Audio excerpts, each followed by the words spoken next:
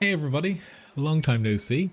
It's been a little while since you guys have seen me here on YouTube. I think early December. Since then, basically, I've had a son. He's a little over 2 months old at this point. A lot of things have changed in World of Tanks. Crazy busy at work.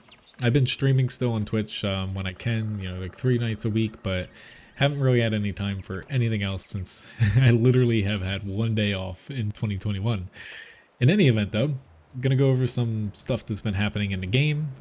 Nice to see you guys back on YouTube here. I'm gonna try to do videos occasionally. I don't know if it's gonna be a weekly thing. I'm gonna do my best. In any event, though, as you see, there's a shiny new tank, the 122 TM. We'll get to that in a moment here. I'm not going to do any gameplay in this video because I am very short on time. The little one is probably going to wake up in the next 20 minutes or so, and I'm going to have to basically go feed him, blah, blah, blah.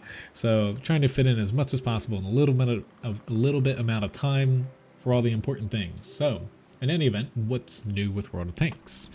You guys know what's new in my life with, a baby. His name's Henry. If you don't know too much about him, you can pop on my Discord. There's like a couple pictures and stuff. Anyway, getting into things now. All these links are in the video description below. I'm going to glance over the most important things going on in the game right now and my thoughts on them. So Team Clash, NA server just finished up. Also EU server, Russian server, all of them. On the NA server, Team Cabbage, we came in a really nice second place. However, Team Commander AF won. Congrats to them. And Tragic wasn't too far behind.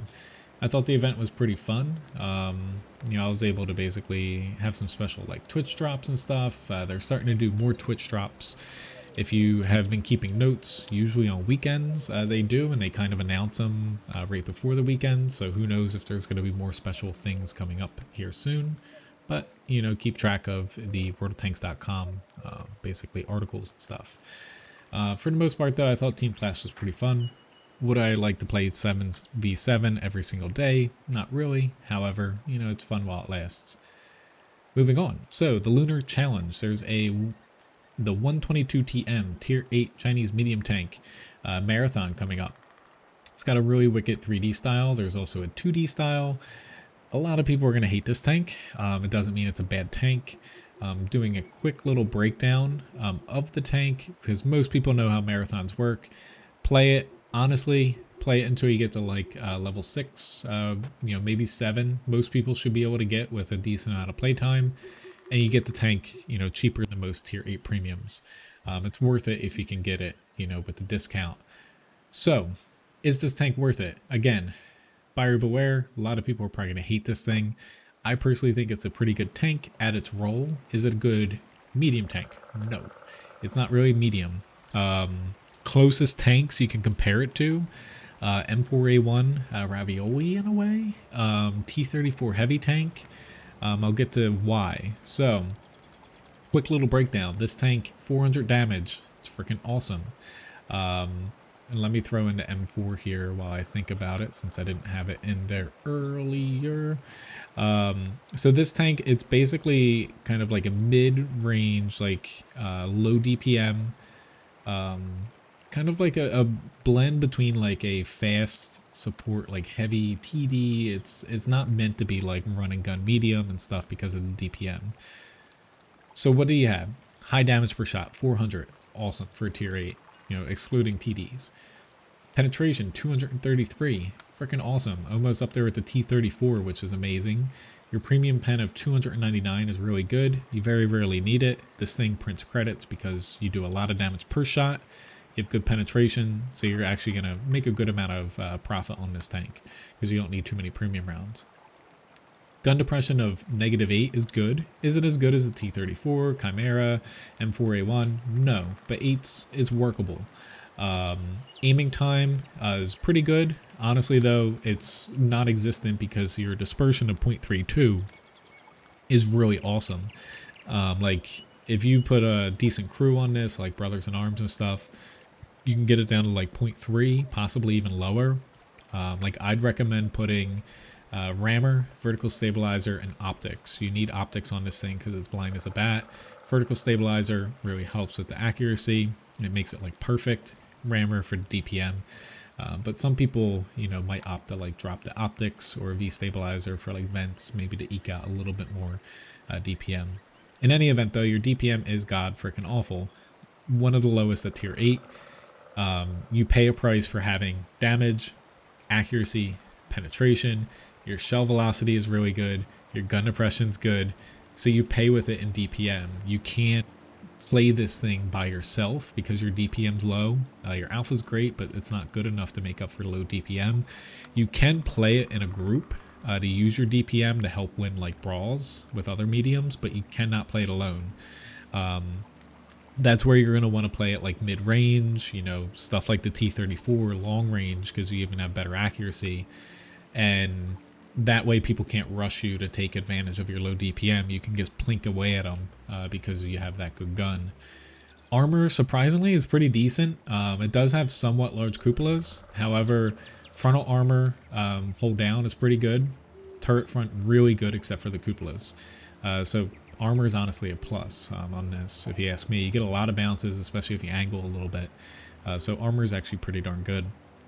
Mobility, plus, so 50 kilometers an hour, which is pretty good. Good reverse speed, not perfect, but you're comparing this not against like run and gun mediums and stuff.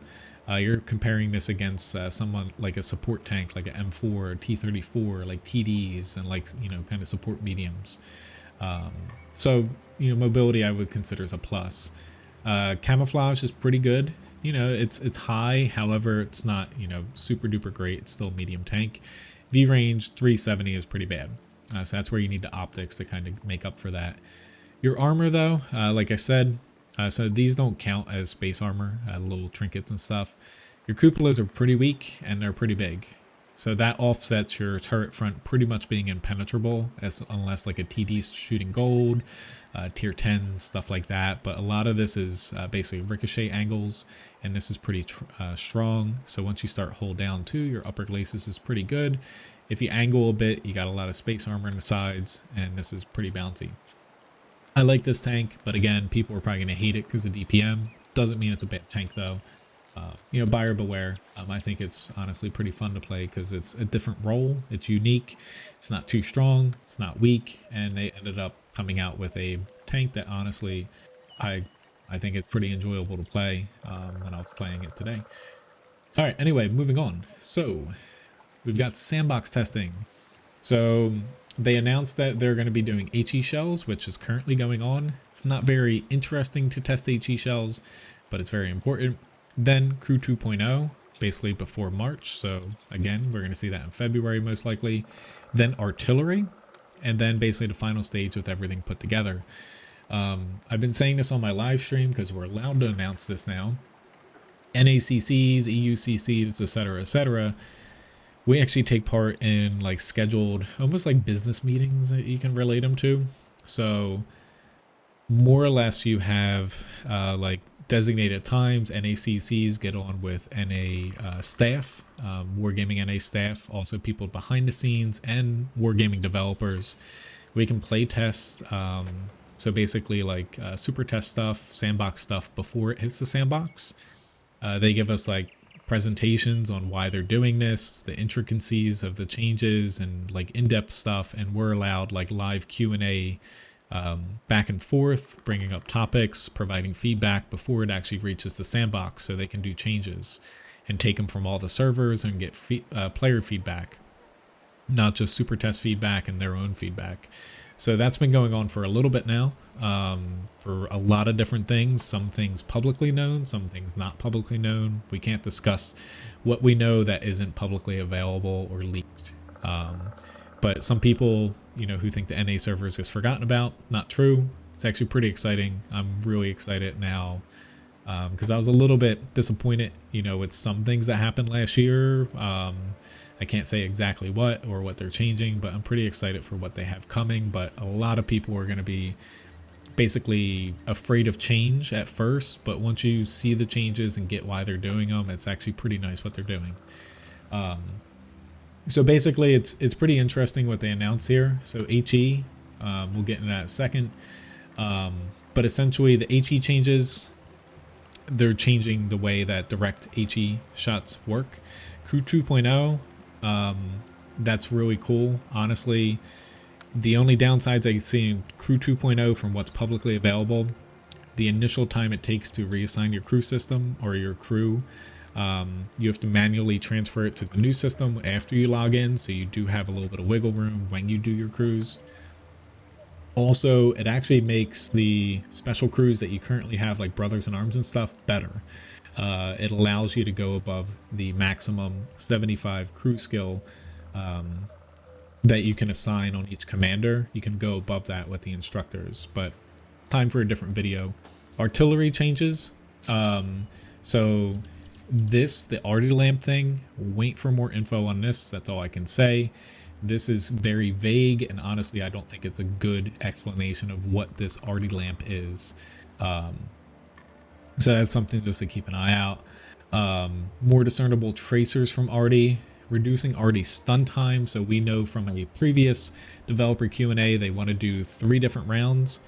So 1 HE shell with low damage but stun, 1 HE shell for damage but no stun, and then 1 direct like AP or heat shell for Arty. All with different shell arcs, shell velocities, damage, stuff like that. So you actually have to pick and choose with Arty.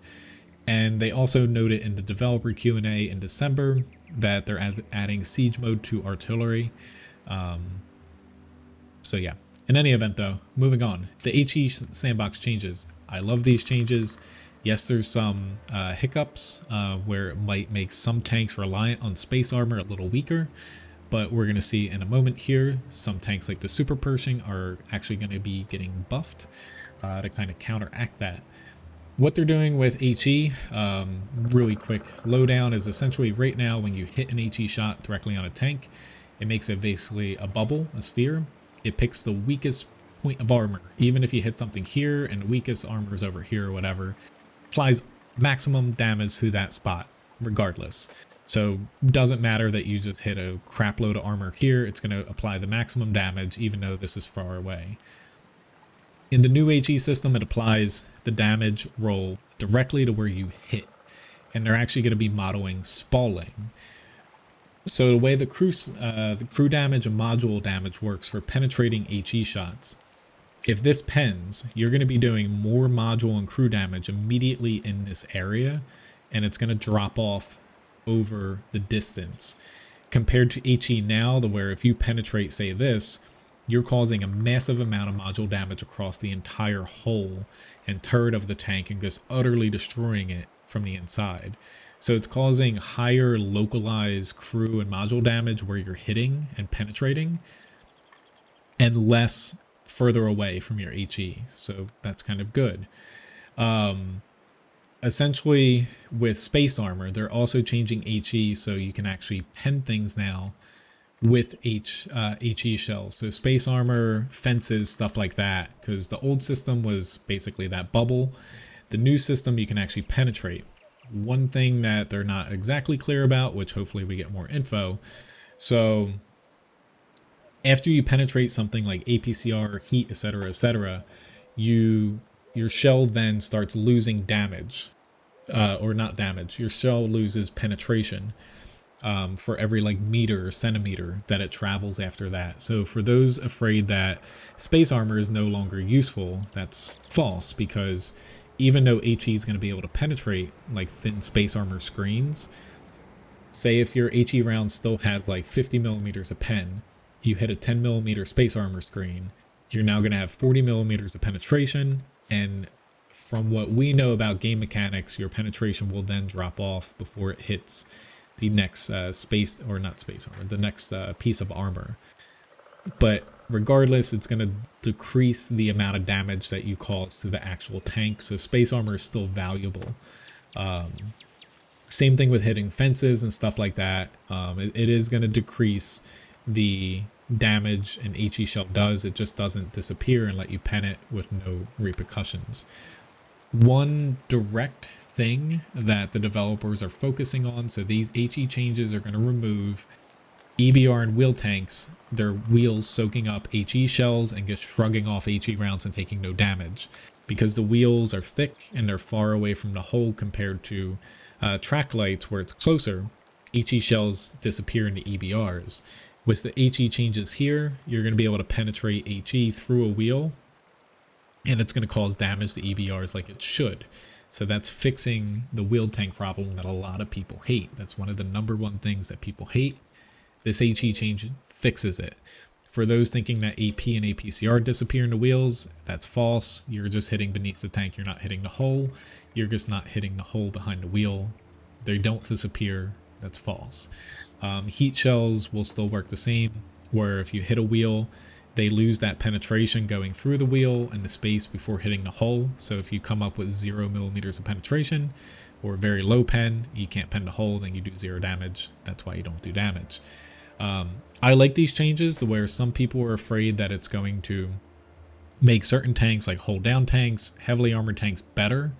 Honestly, a lot of heavily armored tanks struggle right now, but it's really nerfing just haphazardly chucking HE shells randomly at things. It's somewhat nerfing so high caliber HE like derp guns, FE 4005 for aiming poorly and just derping someone and one-shotting them. If you're aiming and you're hitting something that you should be penetrating, you're still going to be doing damage. So it's fixing some of the, I guess, outliers and making HE more reliable. It's also bridging the gap to where it's making low caliber HE a little bit better in a way with the spalling mechanic, causing that more localized HE and module damage and crew damage, and nerfing a little bit the high caliber derp guns and just haphazardly chucking HE. Against like a hold down chieftain, you know, you're still going to be able to HE the top of the turret and the thinner parts of the turret, but you just can't randomly chuck HE at the gun mantlet, have it explode there and like hit the top of the tank's hull and cause damage. So it's changing that mechanic. For the Super Conqueror, if I can pull up the Super Conqueror, whoa man, I really changed that up. If I can pull up the Super Conqueror, from my understanding, I'm trying to talk really fast here too. Oh no. Okay, here we go. Yes, it changes the way that the space armor works on the Super Conqueror and relies on. However, hitting this with HE, even though it might penetrate this, you're still losing penetration on your HE round going through this, and then there's the gap, and then it hits here. So the space armor on a Super Conqueror is still giving it an advantage over other tanks. It's just changing it so instead of it blowing up here and applying the damage to somewhere here, most likely right here though, because you can hit the Super Conqueror with HE here and cause damage here, it's going to be applying the damage to this part. So you might actually come out ahead in the Super Conqueror with this change.